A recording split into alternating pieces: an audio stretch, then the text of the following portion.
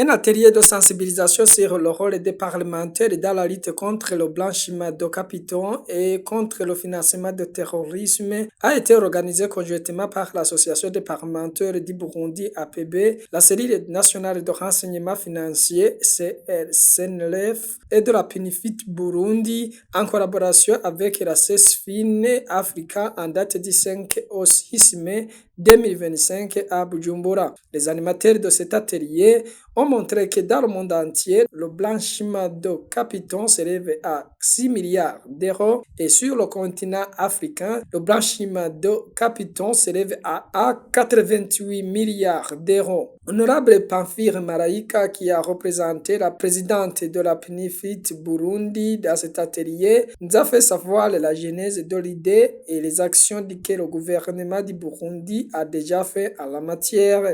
Et la PNUFIT Afrique a été créée par plus de 70 députés en provenance d'Afrique. C'était à Arusha en 2015.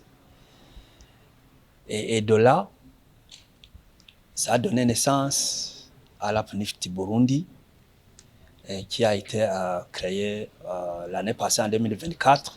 C'est le très honorable président du Sénat qui a procédé à l'ouverture du caucus Burundi. C'était ici tout près à Kirili Garden. Et la PNUFIT Burundi comme la PNUFIT Afrique, comme les significations l'indiquent, ces réseaux mettent en avant la lutte contre les flux financiers illicites en provenance d'Afrique et également le blanchiment d'argent et la fuite des capitaux dans les pays. Vous savez que le blanchiment d'argent et la fuite des capitaux ou le financement du terrorisme sont des fléaux qu'il faut combattre à tout prix parce que s'ils ne sont pas combattus à suffisance, ils peuvent contribuer à l'écroulement mondial. C'est pourquoi c'est l'ONU qui a pris le devant pour commencer la lutte contre ces fléaux. Et les résultats déjà atteints dans notre pays, d'abord il faut remercier le gouvernement du Burundi du fait d'avoir mis en place la cellule nationale de renseignement financier.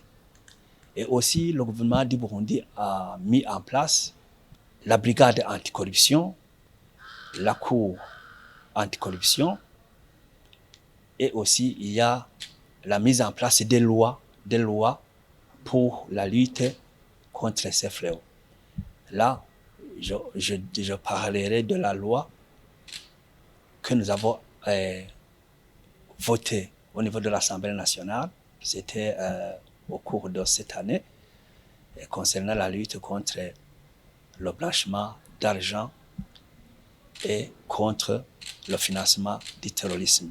La loi est déjà promulguée et c'est sur cette loi que la cellule nationale de renseignement financier.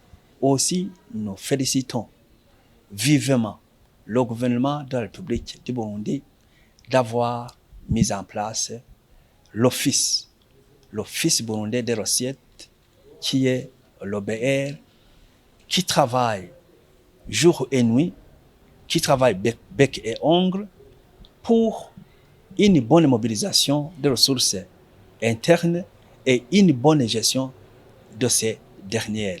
Signalons que cette sensibilisation va permettre aux honorables parlementaires d'avoir des informations de qualité pour mettre en place et suivre l'application des lois qui vont permettre la lutte contre le blanchiment de capitaux et de les mettre en application. Radio, télévision, turakunda cyane.